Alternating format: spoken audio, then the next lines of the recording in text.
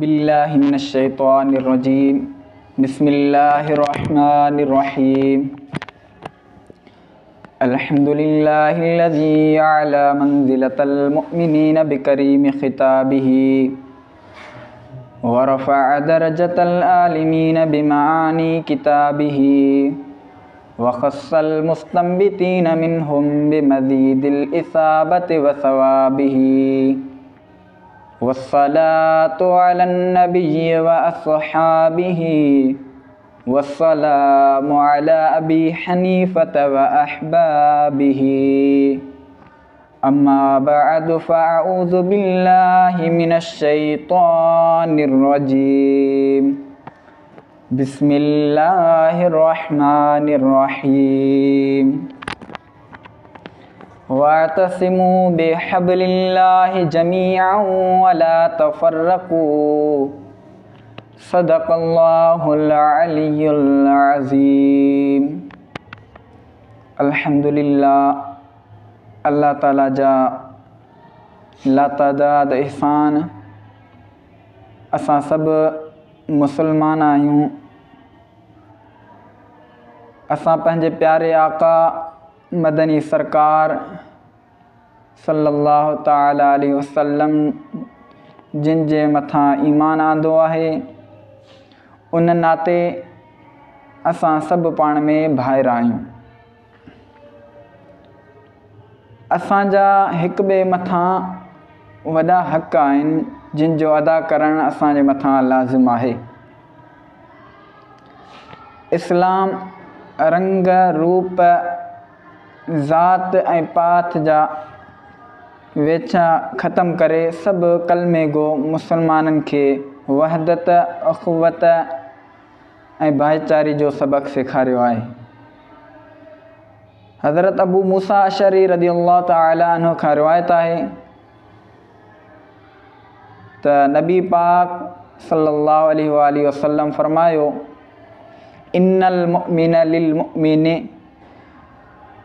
कल बुनियान यशुद्दु बअदुहु बअदन व शब्बक असाबिअहु।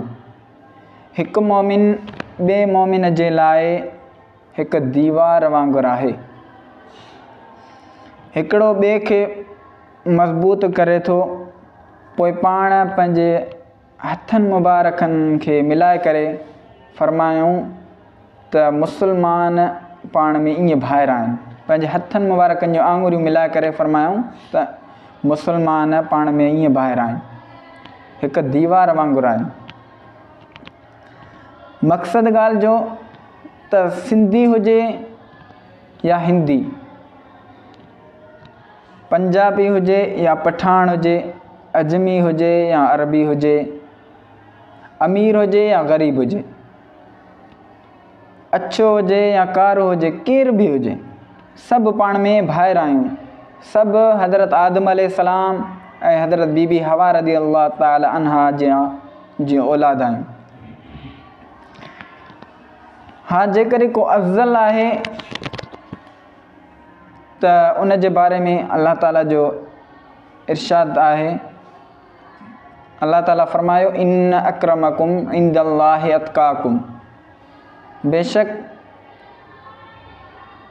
तव्हां मंझां वधीक इज़त वारो अल्लाह ताला वटि उहो आहे जेको वधीक परहेज़गार आहे। तव्हां मां वधीक इज़त वारो उहो आहे जेको वधीक परहेज़गार आहे। नबी पाक सल्लल्लाहु ताला अलैहि वसल्लम असांखे ॿुधायो आहे, फरमायो आहे त मुसलमान जे मथां 5 हक़ आहिनि जिन जो अदा करणु असांजे मथां लाज़िम आहे। मदीने वारे साईं सल्लल्लाहु ताला अलैहि वसल्लम फरमायो, रद्दुस्सलाम, सलाम जो जवाबु ॾियणु। यानी कि तव्हांखे मुसलमान भाउ केर बि तव्हांखे सलाम करे त तव्हांखे सलाम जो जवाबु ॾियणु लाज़मी आहे। तव्हांखे सलाम जो जवाबु ॾियणु तव्हांजे मथां हक़ु आहे, हक़ु बणिजे थो त तव्हां सलाम जो जवाबु ॾियो। ऐं ॿिए नंबर ते फरमायूं व इयादतुल मरीज़, मरीज़ जी इयादत करणु। यानी केरु बीमार आहे त तव्हांजे मथां हक़ु आहे त तव्हां उन जी इयादत कयो, तव्हां उन खां पुछणु वञो, उन जे घर वञी पुछा कयोसि, उन जी तबियत, उन जो हाल वाल वठो। ऐं टे नंबर ते फरमायूं व इत्तिबाउल जनाज़ते, जनाज़े सां गॾु हलणु। ऐं चौथे नंबर ते फरमायूं व इजाबतुद दावते, व इजाबतुद दावते यानी दावत क़बूल करणु।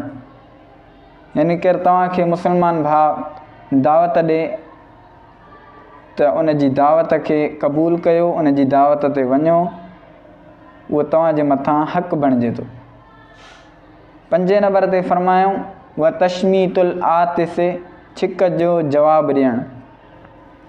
यानी को छिक ॾे, मिसाल तौरु मां छिक ॾियां त मूंखे चवणो आहे शुक्र अल्हम्दुलिल्लाह, ऐं जेको पासे वारो ॿुधंदो उहो जवाब में चवंदो यरहमुकल्लाह, अल्लाह तो ते रहम करे, यरहमुकल्लाह। ऐं वरी मां उनखे जवाब में चवंदुसि यहदीकुमुल्लाह। इहे असांजे मथां हक़ आहिनि। नबी पाक सल्लल्लाहु तआला अलैहि वसल्लम असांखे सेखारिया आहिनि त मुस्लमाननि जा हक़ अदा कयो। अल्लाह तबारक व तआला खां दुआ आहे अल्लाह ताला असांखे मुस्लमाननि जा हक़ अदा पूरा करण जी तौफ़ीक़ अता फ़रमाए। तमामु हुकूकुल इबाद, हुकूकुल वालिदैन, हुकूकुल इबाद खे असांखे पूरो करण जी तौफ़ीक़ अता फ़रमाए। अल्लाह तबारक व तआला खां दुआ आहे मुंहिंजो चवणु, तव्हांजो ॿुधणु अल्लाह पाक पंहिंजी बारगाह अक़दस में क़बूल फ़रमाए। वमा अलैना इल्लल बलागुल मुबीन।